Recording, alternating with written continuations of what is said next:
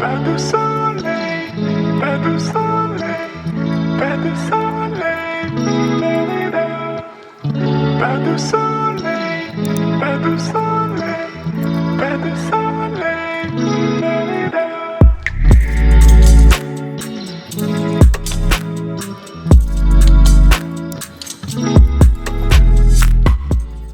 Hello everyone, नमस्ते, welcome और welcome back to my channel. I hope आप सभी बहुत अच्छे होंगे, अच्छे से अपनी तैयारी कर रहे होंगे और साथ ही अपनी सेहत का भी ख्याल रख रहे होंगे। आई नो फ्रीक्वेंटली व्लॉग्स नहीं आ रहे हैं और उसका एक ही रीज़न है कि जितना जल्दी हो सके मैं अपना सिलेबस कंप्लीट करने में लगी हुई हूँ और सब लोगों का सवाल भी यही है कि मेरा सिलेबस कितना कंप्लीट हुआ। बहुत से कमेंट्स आते हैं मुझे ये पूछने के लिए कि आपका सिलेबस कितना हो गया है। तो अगर सिलेबस की बात करूँ तो यहाँ आने के बाद में मेरी स्टडी को एक फ्लो मिल गया है जिसकी वजह से मुझे पढ़ाई करने में थोड़ी आसानी हो रही है। तो मैं 3 से 4 सब्जेक्ट भी एक दिन में आराम से लेकर के चल सकती हूँ। तो मैं अपने ब्लॉग्स में कई दफ़ा बता चुकी हूँ कि मेरा जो फर्स्ट स्लॉट होता है मॉर्निंग का स्लॉट 12 बजे से पहले-पहले का, उसमें मैं 2 से 3 घंटे जीके को रिवाइज़ करती हूँ, कोई भी एक टॉपिक लेकर के। सपोज़ मैंने आज सुबह पढ़ा था जलवायु, तो उसको लेकर के मैंने लगभग 3 साढ़े 3 घंटे में वो कंप्लीट हो गया था। कंप्लीट इन द सेंस कि उसका हर एक चीज़, जैसे मैंने पीवाईक्यूज़ भी पढ़े थे उसमें, मतलब सॉल्व किए थे एंड टॉपिक को अच्छे से पढ़ा था, उसको मैप वगैरह मुझे कुछ बनाना था, तो वो भी बनाया था। तो 3 साढ़े 3 घंटे इस वजह से लग जाते हैं मुझे। एंड उसके बाद में मैं जो अदर सब्जेक्ट होते हैं, जैसे सुबह जो मेरा फर्स्ट मेन स्लॉट होता है उसको मैं कवर कर लेती हूँ ना, तो बाद में दिन में मुझे प्रॉब्लम नहीं आती। दिन में मैं थोड़े ईज़ी सब्जेक्ट भी पढ़ सकती हूँ और अगर आप भी, आपका रूटीन नहीं बन रहा है तो आप इस तरह से कर सकते हैं कि जो फर्स्ट टास्क होता है आपका, या तो आप बिल्कुल ईज़ी से स्टार्ट कीजिए या फिर बिल्कुल हार्ड से स्टार्ट कीजिए।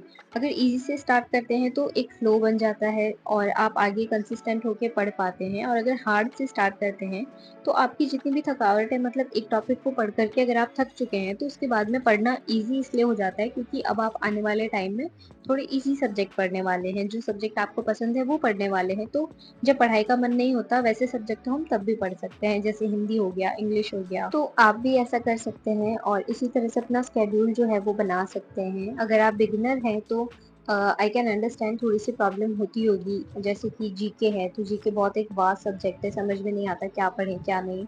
तो जो 9-10th की बुक आती है राजस्थान अध्ययन की, उसमें जो टॉपिक्स हमारे सिलेबस में दिए हुए हैं उनको आप मैच कीजिए, कौन कौन से टॉपिक मिल रहे हैं और फिर उनसे पढ़ना स्टार्ट कीजिए, तो आपका क्या है, बेसिक क्लियर हो जाएगा।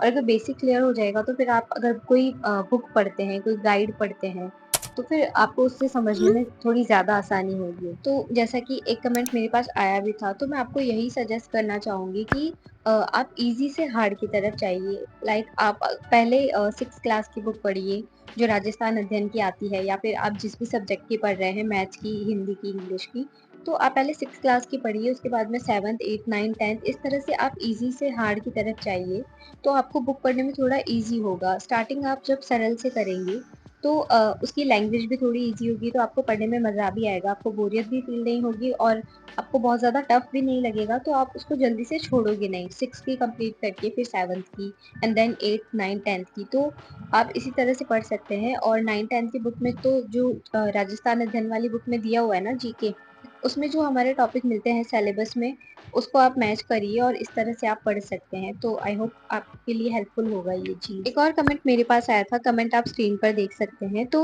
मैं आपसे यही कहूँगी, नेगेटिव मार्किंग के बारे में तो हम बाद में बात करेंगे। सबसे पहले टेस्ट एनालिसिस के बारे में बात कर लेते हैं। तो जब भी हम टेस्ट देते हैं और उसको हम जब चेक करते हैं, तो एनालिसिस का मतलब ये नहीं होता है कि कौन-सा क्वेश्चन आपका सही हुआ, कौन-सा गलत हुआ, बल्कि ये भी हमें समझना होता है कि हमने गलती कहाँ की, क्यों की और अगली बार हम इसमें सुधार कैसे ला सकते हैं। तो नॉर्मली हम लोग टेस्ट जो है वो ऑनलाइन ही देते हैं और इसमें कई सारी मिस्टेक्स हो सकती है। फर्स्ट तो जैसे कि कॉन्सेप्चुअल मिस्टेक हो सकती है। हो सकता है हमें कॉन्सेप्ट समझ में नहीं आया हो और हमने टेस्ट दिया हो, तो इस वजह से उसमें क्वेश्चन ज़्यादा गलत हुए हों, तो हमें उस चीज़ को एनालाइज़ करना है कि गलती कहाँ पर हुई है, किस वजह से हुई है। तो अगर कॉन्सेप्चुअल मिस्टेक है तो उसके लिए हमें टॉपिक को दोबारा पढ़ना पड़ेगा, दोबारा से रिवाइज़ करना पड़ेगा। अगर मैथ्स वगैरह का टेस्ट हम देते हैं तो उसमें हो सकता है हमने कैलकुलेशन मिस्टेक कर दी हो, जल्दबाज़ी में गलत हो गया हो, तो हमें कैलकुलेशन की प्रैक्टिस बढ़ानी पड़ेगी।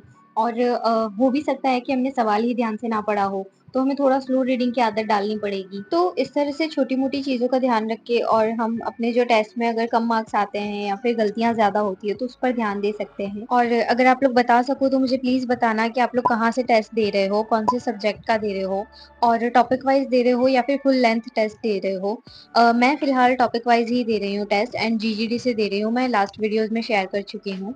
और इस पे मैं एक अलग से वीडियो बना दूँगी जिसमें कि नेगेटिव मार्किंग का कैसे ख़्याल रखें और टेस्ट का एनालिसिस कैसे करें, वो मैं आपको एग्ज़ाम्पल के थ्रू बताऊँगी। जैसे कि मैं टेस्ट दूँगी और उसको एनालाइज़ करके मैं बताऊँगी आप लोगों को। तो आज के वीडियो में तो बस इतना ही था और काफ़ी दिनों से आई नो कि रेगुलर व्लॉग वग़ैरह भी नहीं आ रहे हैं। तो रीज़न मैंने आपको शुरुआत में ही बता दिया कि मैं अपना अभी सिलेबस कंप्लीट करने में लग रही हूँ और आप लोगों का कितना सिलेबस कंप्लीट हो गया है, कितना बचा है, मुझे कमेंट करके ज़रूर बताना। आज की वीडियो में बस इतना ही। आई होप आपको आज का व्लॉग पसंद आया होगा। पसंद आया हो तो वीडियो को लाइक करना, चैनल को सब्सक्राइब कर देना। बहुत जल्दी हम 4K की फैमिली बनने वाले हैं। Thank you so much for watching.